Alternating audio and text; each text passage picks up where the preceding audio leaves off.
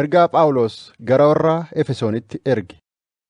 Efesoon boqonnaa tokko. Ani Phaawulos fedhii Rabbiitiin ergamaa Yesuus Kiristoos kan hin ta'e qulqulloota Rabbii warra Yesuus Kiristoositti amananii magaalaa Efesoon keessa jiraataniifin xalayaa tana barreessa. Rabbi Abbaa keenyaa fi Gooftaa keenya Yesuus Kiristoos irraa ni'imaa fi nagaanis isiniif haa ta'u. Rabbi Abbaa Gooftaa keenya Yesuus Kiristoos kan karaa Kiristoos eebba ruhaa samii irraa hundumaan nu eebbiseef hamdiin haa taatu. Inni uumamuu biyya addunyaa duraa warra qulqullaa'an warra isa duratti humaa illaa takka illee hin qabne akka taanuuf jaalatee Kiristoosiin nu filateeti jira. Rabbi akka fedha gaarii isaatiitti Yesuus Kiristoosiin ilmaan akka isaaf taanuuf nu herregeetii jira. Kunis durriin himaa isaa kan inni ilma isaa jaallatamaan bilaashitti nuuf kenne nu galateeffachiisa. Akka badhaadhummaa ni'imaa Rabbiitti Kiristoos dhiiga isaa nuuf dhangalaasuu isaatiin najaataa fi oomfii diliitiis nu arkachiisa. Ni'imaan inni hikmaa fi hubannaa isaa hundumaan nu irratti dhangalaase hedduu. Rabbi akka fedhii gaarii isaatiitti sirriin inni Kiristoos keessatti akeekee ture san akka nu biratti beekamtu godhe. Akkaataa akeeka guutummaa wayitaatti waan bantii samii keessa jiruu fi waan lafa irra jiru hundumaa Rabbi Kiristoos keessatti walitti qabuudhaaf. Rabbi inni waan hundumaa akka akeeka ifii isaatii fi akkuma fedhii isaatiitti akka ta'u godha. Nutis ammas akkuma inni yaadee qopheessee herregetti Kiristoos keessaan filatamneetii jirra. Nuti warri duraan dursinee Kiristoos irratti abdii godhanne hamdii ulfinaa isaatiif akka jiraannuuf herregamnee ramadamneetii jirra. Isinis ammas warri qoolii dhugaa wangeela najaata keessanii dhageessanii amantanis Ruhaal Quddus abdachiifameen sumurni isin irra kaayameetii jira.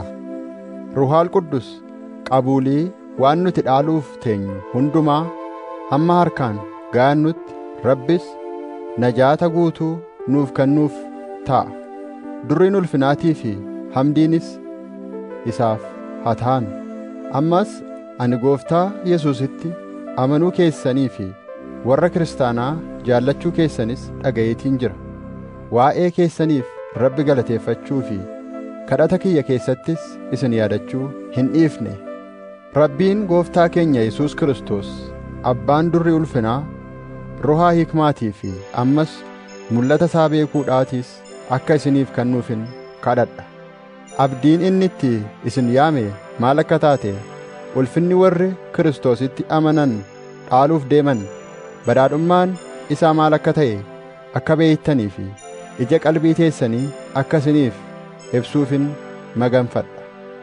Kunis nu warra amanneef humniti isaa izaaba malee guddoo akka taate qawwaan isaa jabduunis nu jidduutti akka hojjettu haa beektaniif jecha ture. Inni hojii qawwaa isaa tanaan Kiristoos warra du'an keessaa kaasee samii irrattis gara harka mirgaa ifii isaatii teessise. Gooftummaa amrii humna mootummaa jiru hundumaa bara addunyaa kanatti bara hakiiraa dhufuttis waanuma maqaa dha'uun dandayamu hundaa ol isa kaa'e. Rabbi waan hundumaa miillan Kiristoos jala kaa'e. Inni ammas isa waan hundumaa olitti waldaa kiristaanaatiif mataa godheetii kanne. Waldaan kiristaanaa qaama Kiristoosi. Inninis kan waan hundumaa'uu karaa hundumaanuu guutuudha. Efesoon boqonnaa 2. Isin kanaan dura balleessaa teessanii fi dilii teessaniin ruhaan duutaniitii turtan. Wayita san isin haala biyya addunyaa tanaa duukaa buutanii sheexanaaf ajajamtaniitii turtan. Sheexanni haawwa addunyaa tanaa ajaja ruhaan isaatiis namoota Rabbiif hin ajajamne hundumaa irratti amriidhaa qaba. Hundi keenyas hawwii jasada keenyaa duukaa buunee akka fedha namummaa keenyaatii fi yaada keenyaatti warra akkasii jidduu wayita jiraanne qabna. Kanarraa kan ka'es akkuma warra kaanii nutis uumamaan lola Rabbii jalatti galfamneeti turre. Rahaamatni Rabbii ammoo hedduu waan taateef jaalala isaa guddoo saniin nu jaallate. Nuti bal'eessaa teenyaan ruhaan warra du'an turre.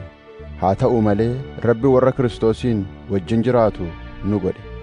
Isinis ni'imaa Rabbiitiin najaa bahuu keessan beekaa. Isatu Yesuus Kiristoos wajjin du'a keessaa nu kaase. Ammas Kiristoosumaan wajjin bantii samii keessatti bakka nuuf godhee nu teessise. Inni arjummaa karaa Yesuus Kiristoos nu badhaaseen bara dhufu hundumaattuu hoddommina ni'imaa isaa tan ammana hin jedhamne agarsiisuuf jecha tana godhe. Isin ni'imaa Rabbiitiin amantiin najaa baatan. Kun ammoo kannaa Rabbiiti malee waan isin irraa harkame miti. Dalagaanii si miti. Akka namni tokko illeen ittiin hin dhaadanne. Nuti hojii harka isaati. Hojii gaarii tan Rabbii duraan dursee nuuf qopheesse san akka hojjennuuf Yesuus Kiristoosiin haariyaatti nu uume. Isin warri saba Israa'el hin tahin, warra dhayina qabatan jechuun warra waan harkaan qaama namaa irratti hojjetamuun if yaaman biratti warra dhayina hin qabatin jedhamtanii akka yaamamaa turtan yaadadhaa. Wayita san isin Kiristoosii wajjin humaa walitti hin qabdan turtan. Jiinsii uummata Israa'el irraa ala turtan. Irbuu abdii isaaniitiifis hambaa turtan. Isin abdii maleetti biyya addunyaattis Rabbi dhablee taatanii akka turtan yaadadhaa. Amma ammoo isin warri dur fagaattanii turtan Yesuus Kiristoos keessaan jechuun dhiiga Kiristoosiin dhi'eeffamtaniitii jirtu. Kiristoos nagaa keenya isa kan lamaanuu uummata Yihuudaatii fi saba qomoo Israa'el hin ta'inis amantiin tokko godhe. Gidiraa diinummaa kan isaan jidduu ta'ee gargar isaan baases jasada isaatiin diige. Inni nagaa buusuudhaan jarreen gosa lamaan irraa'u nama haariyaa tokko ifiin argamsiisuuf seeraaf ammas qajeelfama seeraatiis bakkaahee isaan darbe. Fannoo irratti du'uu isaatiin gosa lamaanuu akka qaama tokkootti Rabbitti araarsuu fi diinummaa isaaniitiis ni dhabamsiise. Inni dhufeetii isin warra fagoo turtaniif isaan warra dhiyoo turaniifis nagaa labse. Nu lamaanuu ruhaa tokkoon karaa Kiristoosiin akka itti abbaa bira geenyu ni qabna. Amma uummata Rabbiitti lakkaawamtanii miseensota haaskaa Rabbiiti taatan malee isin asii achi alagaa fi hambaa miti. Isin bu'uura ergamootaatii fi nabiyyootaa irratti jaaramtaniitii jirtu. Yesuus Kiristoos ifumaafuu dhagaa utubaa qajeelchu guutummaa mana saniitiis isumaan walitti qabame Beetel Maqdas Rabbii ta'uuf Gooftaan guddifama. Isinis ammas isumaanii mana Rabbiin ruhaa isaatiin keessa jiraatu godhamtanii ijaaramtan. Efesoon boqonnaa 3. Sababa kanaaf ani Phaawulos isin saba qomoo Israa'el hin ta'iniif jecha waa'ee Kiristoos Yesuusiif hidhamaa ta'eetiin jira. Waa'ee ni'imaa Rabbii tan isiniif jecha imaanaa anatti kennamte san akka dhageessanittin fudhadha. Akkaataa icciitiin san mul'ataan itti anatti beessifamte durumaanuu gabaabsee isiniif barreesse. Wayita xalaa tanaa dubbiftan isinuu hubannaan ani icciitii Kiristoos tanaaf qabu bira gahuu ni dandeessan. Dhaloota dabran keessatti icciitiin tun ilmaan Benii Aadaamitti hin agarsiifamne turte. Amma ammoo Rabbi ruhaa isaatiin ergamoota qulqullootaa fi nabiyyootattis mul'iseeti jira. Icciitiin tunis tan akkaataa sabni qomoo Israa'el hin ta'in dhaala saba Yihuudaa wajjin qaban miseensa dhagna qaama tokkootis akka ta'an ammas abdii Rabbii Yesuus Kiristoos keessaan kanne keessaayis wangeela keessaan warra hirmaatan akka ta'anis tan agarsiiftu turte. Akkaataa kannaa ni'imaa Rabbiitti ani wangeela kanaaf kaadamaa godhameetiin jira. Kunis humna isaa tan hojjechaa jirtuuni anaaf kennamte. Ani warra qulqulloota hundumaa irra xiqqaa irraa gadi aantii ta'u illee badhaadhummaa Kiristoos tan namaan xiinxalamtee bira gahuun hin danda'amne saba qomoo Israa'el hin ta'iniitti ni'imaan oduu gammachuu lallabuudhaa anaaf kennamteetii jirti. Ammas akeekni icciitii bara dheeraaf dhoyfamtee turte saniitiis maal akka ta'e namni hundinuu akka arku godhuun anaaf kennameetii jira.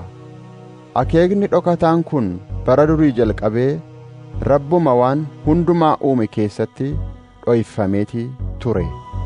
Kunis wanni ta'eef hikmaan Rabbii tan dachaa hedduu qabdu amma waldiyaa kiristaanaa keessaan humnoota hawaa addunyaa keessatti amrii qaban warra jedhamanitti akka beeksifamtuufi Rabbi waan tanaa akkaatuma akeeka isaa kan inni abdiif herregee qopheessetti Yesuus Kiristoos gooftaa keenya keessaan fiinxaan baaseeti jira. Nutis Kiristoositti amanuu keenyaan ammas isuma keessaan ija jabinaa fi amantaan karaa Rabbiitti dhi'aannuun arkanne. Kanaaf jechan hiraaramuun tiyya isiniif ulfina waan taateef hiraarna irra ga'uuf jettanii abdii hin kutatinaa jedheetiin isin gaafadha. Ani kunoo sababa kanaaf jechan jilban kiyyaan Rabbi Abbaa duratti kufee kadhadha. Haaskaan uumama hundinuu warri samii keessaatii fi warri lafa irraayitis isumaanii moggaafamu. Keessi namummaa keessanii qawwaadhaan akka jajjabeeffamuuf Rabbummaan akkuma badhaadhummaa ulfina isaatiitti rohaa isaatiin isiniif haa kennu. Kiristoos amantiin qalbii teessan keessa akka jiraatuuf warra jaalala keessatti gadi fagaatee bu'uuramee dagaagee akka taataniifin isiniif maganfadha. Amantoota hundumaa wajjin icciitiin hikmaa Rabbii ammam akka bal'attu, ammam akka dheerattu, ammam akka ol fagaattu, ammam akka gadi fagaattus hubachuu akka dandeessaniifi jaalala Kiristoos tan hizaaba beekumsa nama bira dabartuus beektanii ammas guutummaa zaata Rabbii hundumaan akka guutamtanin isiniif kadhadha. Amma isuma kan humnuma nu keessatti hojjechaa jirtu waan nuti gaafannuu fi waan nuti yaadnu hundumaarra caalchisee godhuu danda'u. Rabbiif durriin ulfinaa waldiyaa kiristaanaa keessatti ammas Kiristoos Yesuus keessattis dhaloota hundumaa biratti bara baraaf haa taatu. Aamiin. Efesoon boqonnaa 4. Kunoo ani namni gooftaaf jecha hidhamee jiru eegasuu jiruu waamichaa fudhattan san qiimuu akka jiraattanin gadi jabeessee isinitti hima. Damboobummaa fi nassabummaa hundumaan jiraadhaa. Obsas qabaadhaa. Jaalalaanis wal baadhadhaa. Tokkummaa Ruhaal Quddus kan nagayaan nama walitti agaadu san fardeeffadhaa eegaa. Akkuma waamicha keessan tan abdii takkaaf itti yaamamtan saniitti qaama tokkotu jira. Ammas Ruhaanis tokkuma. Gooftaan keenyas tokko. Amantiinis takka. Cuuphaanis takka. Rabbii tokkicha. Abbaan hundumaa inni hundaa olii. Hunda keessaan hojjetaa. Hunda keessa jiraatas. Hunduma keenyaafuu ammoo matuma mataatti akka qoqqoodu kannaa Kiristoositti ni'imaan nuuf kennamteetii jirti. Kanaaf kitaaba keessatti inni gara samiitti hogguu ol bahe boojihamtoota hedduu if duukaa geeyse namootaafis kannaalee kenne jedha. Ammoo inni ol bahe jechuun maal jechuudha? Inni duraan dursee biyya addunyaadhaa keessaa bakka hundaa gadi taatetti gadi bu'eetii ture jechuu miti? Isuma kan gadi bu'eetu ammas uumama hundumaa guutuuf bantiiwwan samii hundumaa gararraatti ol ba'e. Ammas kannaaleen inni namootaaf kennes hangi tokko ergamoota, hangi tokkos nabiyyoota, kaan warra wangeela lallaban, kaan teessitoota, warra kaanis barsiisota akka ta'aniif ture. Tanaas wanni godheef amantoota hojii tajaajilaa waldayaatiif qopheessee qaama Kiristoos jaaruufi. Kunis hanga hundi keenyawuu tokkummaa amantiitii fi Ilma Rabbii qaceellootti beeknutti ammas namummaan bilchaannee qiyaasa guutummaa Kiristoos bira wayita geenyutti taha. Eegasuu nuti asii achi akka daa'imman bishaaniin gamaa gamana daddarbamanii kanneen buufaa barsiisa shaaxarummaa namaatiinis gowwoomfamanii asiif achi rooraafamanii ta'uun nu irra hin jiru. Akkanaa mannaa dhugaa jaalalaan dubbachaa kottaa mee karaa hundumaanuu gara isa mataa ta'e Kiristoos keessatti haa guddannu. Kiristoosiin dhagni qaama hundinuu moorgaayaan birkii adduma addaan harkataniin walitti hodhamaniitii jiru. Hogguu dhagni qaamaa adduma addaan hojii isaa tartiibaan hojjetus qaamni ni guddata, jaalalaanis if ni ijaara. Eegasuu asii achi akka saboonni qomoo Israa'el hin ta'in yaada malaayaanii faayidaa hin qabne duukaa bu'aniitti asii achi hin jiraatinaa jechaatiin maqaa Gooftaatiin gadi jabeessee isin gorsa. Isaan hanguullaan isaanii dukkaneeffamteetii jirti. Wallaalummaa fi mata jabina isaan qabaniif jecha jireenya Rabbi kennu keessaa hafamaniitii jiru. Isaan safuu yookiin qaanyii dhabuudhaan jireenya mufaalisaatti if gadi dhiisanii aybii hundumaa hojjechaa jiraachuu irratti bololaan bobba'aniiti jiru. Isin ammoo Kiristoos haala saniitti hin baranne. Waa'ee isaa akka dhageessanii fi ammas dhugaa Yesuus keessatti argamtus akka barsiifamtaniittiin fudhadhaa. Namummaa keessan moofaa ammas kana akkaataa jireenya duraan dabarsitanii calaqqisiisuu san ifirraa baasaatii darbaa. Ammaas ruhaan yaada qalbii teessanii haa haara'umsu. Nama haaraan kan qaceelummaa fi qulqullummaa dhugaatti akka fakkii Rabbiitti uumame san uffadhaa. Kanaaf jecha namni hundinuu adduma addaan kijiba if keessaa baasee dhugaa namatti haa dubbatu. Nuti dhagnaa miseensa qaama tokkooti. Yoo aartan illee aarri keessan diliitti isin hin naqin. Oduma aartanii aduun isinitti hin dhi'in. Sheexanaaf hulaa hin baninaa. Namni kanaan dura hataa ture hatuu dhiisee harka isaatiin dalagaa faayidaa qabdu dalagee warra waa dhaban illee haa gargaaru.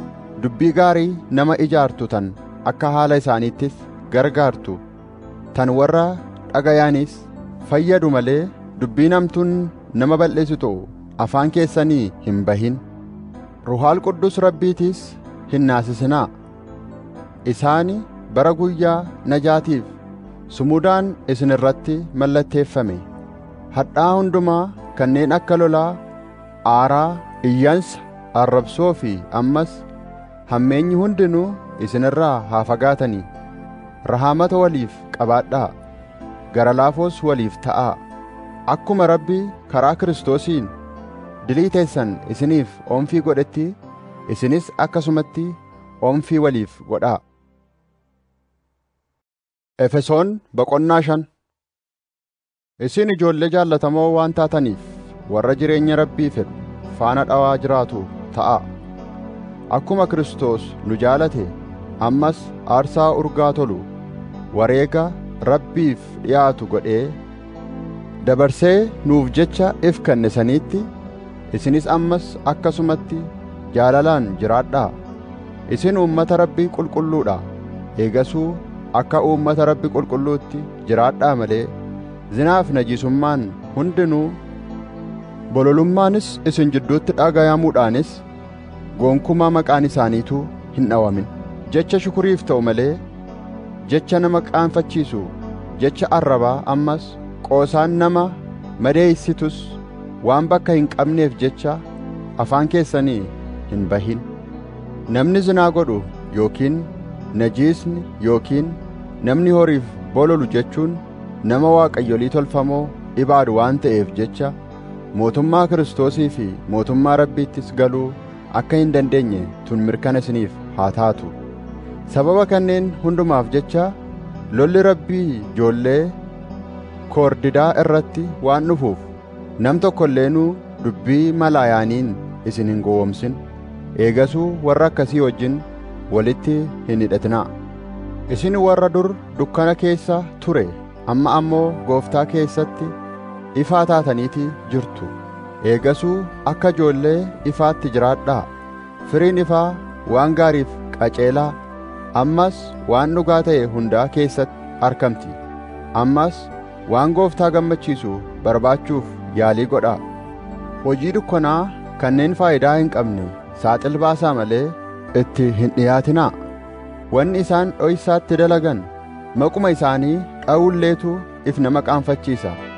Ammoo wayitaa wanni takkaa illeenuu ifaan saaxil baatu ni mul'atti.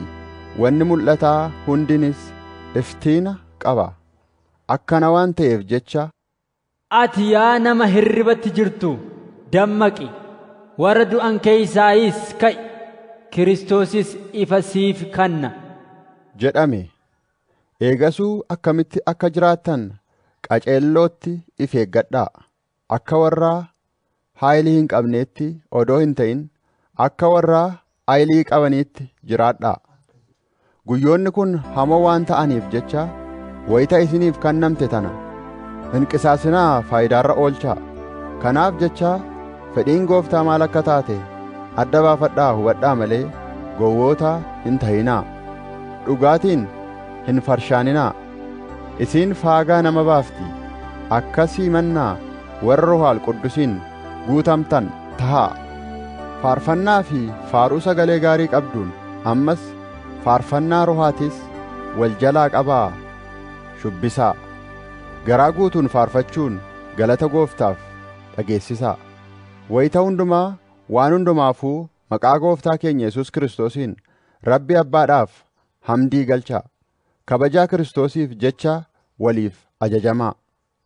Isin beerran akkuma Gooftaa Yesuusiif ajajamtanitti abbaa warraa keessaniifis akkasumatti ajajamaafi. Akkuma Kiristoos mataa waldiyaa kiristaanaa ta'etti jaarsinis mataa jaartiiti. Kiristoos najabaasoo waldiyaa kiristaanaati. Waldiyaanis qaama Kiristoosii. Eegaa akkuma waldiyaan kiristaanaa Kiristoosiif oggoltutti niitiinis waanuma hundumaattuu jaarsa isiitiif tan oggolte haa taatu. Akkuma Kiristoos waldiyaa kiristaanaa jaalate isiif jecha dabarsee if kennetti jaarsinis haaluma saniitti jaartii isaa haa jaalatu. Inni waldiyaa kiristaanaa qulqulleessuu fi bishaanii fi qoolii isaatiin dhiqeetii isii naziifeeyse. Waldaa aybii fi suntuurraas yookiin waanuma akkasii takkaalleehuu tan hin qabne godhee illaan maleetti durri ulfinaa isiitiin ifitti dhi'eessuudhaaf deema. Haaluma kanatti jaarsi niitii isaa akkuma qaama isaatiitti haa jaalatu. Namtichi jaartii isaa jaalatu ifuma isaatii jaalata jechuudha. Namni qaama fi jibbu gonkumaa hin jiru. Namni qaama isaa sooraatii kashkaasha malee Kiristoosis waldaa isaatiif akkasuma godhe. Nutis bar dhagna qaama Kiristoosii. Kitaaba keessatti sababa kanaaf jecha dhiirti abbaa isaatii fi haadha isaatiis dhiiftee niitii isaatitti maxxanti. Akkasitti isaan lamaanuu qaama tokko ta'u jedha. Dubbiin tun icciitii gadi fagoo taate if keessaa qabdi. Ani ammoo wannin irraa haasa'aa jiru waa'ee Kiristoosiif waa'ee waldiyaa kiristaanaati. Haa ta'u malee dhiirti hundinuu jaartii isaa akkuma mataa ifiitti haa jaallatu. Ammas niitiinis akkuma kanatti jaarsa isiidhaa kabajuu haa ifirratti eeydu. Efesoon boqonnaa 6. Isin ijoolleen hawwan keessaniif ajajamaa, kun waanuma Gooftaanuu fedhu. Abbaa keetii fi haadha keetiif ulfina kenni kan jedhu eemara abdiis if keessaa qabu kan duraati. Kitaabni itti furuudhaan akkana yoo goote wanni hundinuu siif qaceela, ammas lafarratti umurii dheertus ni argatta jedha. Isin abbootiin ijoollee teessan akka aaraan garaan isaanii gubatu hin godhinaa, ammoo sirnaa fi naamusaan ammas barsiisa Gooftaatiin isaan guddisaa.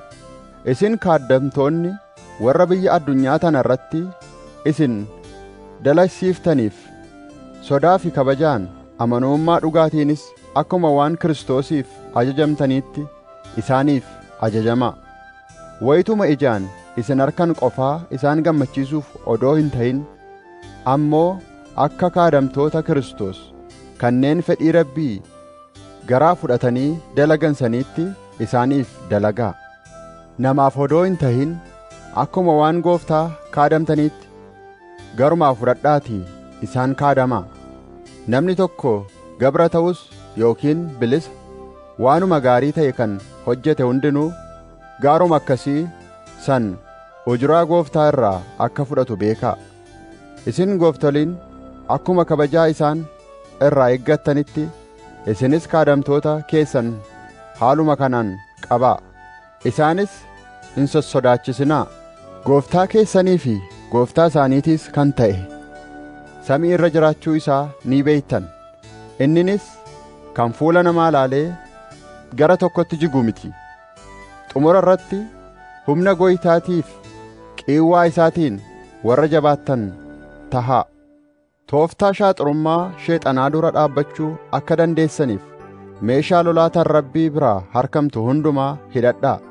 Qabsoon teenya namaa wajjinii miti, warra ijatti hin mul'anne kanneen hawwa addunyaa keessatti mootummaaf amrii qaban wajjin, warra humna biyya addunyaa dukkanottuu tana mo'anii fi roha hamoo bantii samii keessa jiranii wajjin qabsoo qabna. Kanaaf guyyaa hamaa isin muudatuun morkuu akka dandeessaniif jecha ammas hanga xumuraatti kana hundumaa gootanii akka bakkaa hin sossoone meeshaa lolaa kanneen Rabbii hundumaa hidhadhaa. Dhugaadhaan akka waraansilleetti mudhii hidhattanii, qaceelummaa akka uffata sibiilaatti qoomatti kaayyattanii dhaabbadhaa.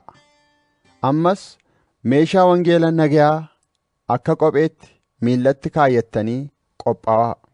Kana hundumaa irratti dabaltanii akka xiyyaa sheexana kanneen belbalaa ibiddaan qaban ittiin dhaamsuu dandeessaniif gaachana amantiidhaa fudhadhaa. Ammas gonfoo najaataatii fi ammas habalee ruhaa isiinis qawalii Rabbii tan taate fudhadhaa. Wayita hundumaa ruhaadhaan kadhadhaa. Waan isin barbaachise kadhannaa hundaan gaafadhaa. Dammaqaatii kadhadhaa. Warra Rabbitti qulqullaawan hundumaafis maganfachuu itti furaa. Barsiisuuf wayitaan ka'u hundumaa qooliin anaaf kennamtee sodaa takkaan maleetti icciitii wangeelaa akkan beeksisuu danda'u anaafis kadhadhaa. Wangeela kanaaf jechan ergamee amma shanshalataan hidhamee jira. Sodaan maleetti akkuma na irraa eegamutti akkan dubbachuu danda'uuf Rabbii naaf kadhadhaa. Haalaan ani amma keessa jiruu fi wannin dalaguutti jiru hundumaa akka beektaniif Xiqiqoos obboleessi keenya jaallatamaanii fi hojii Gooftaattis amanamaa kan ta'e isinittuu ni hima. Nuti maal keessa akka jirru akkasin beeksisuuf ammas akkasin jajjabeessuuf jechaan isa gama keessan erge. Rabbi Abbaa ammas Yesus Kiristoos Gooftaa irraa nagaayinii fi jaalalti amantiin wajji amantoota hundumaafuu haa ta'an. Ni'imaan warra Gooftaa keenya Yesus Kiristoos jaalala sinsinnii hin qabneen jaalatan hundumaa wajjin haa taatu.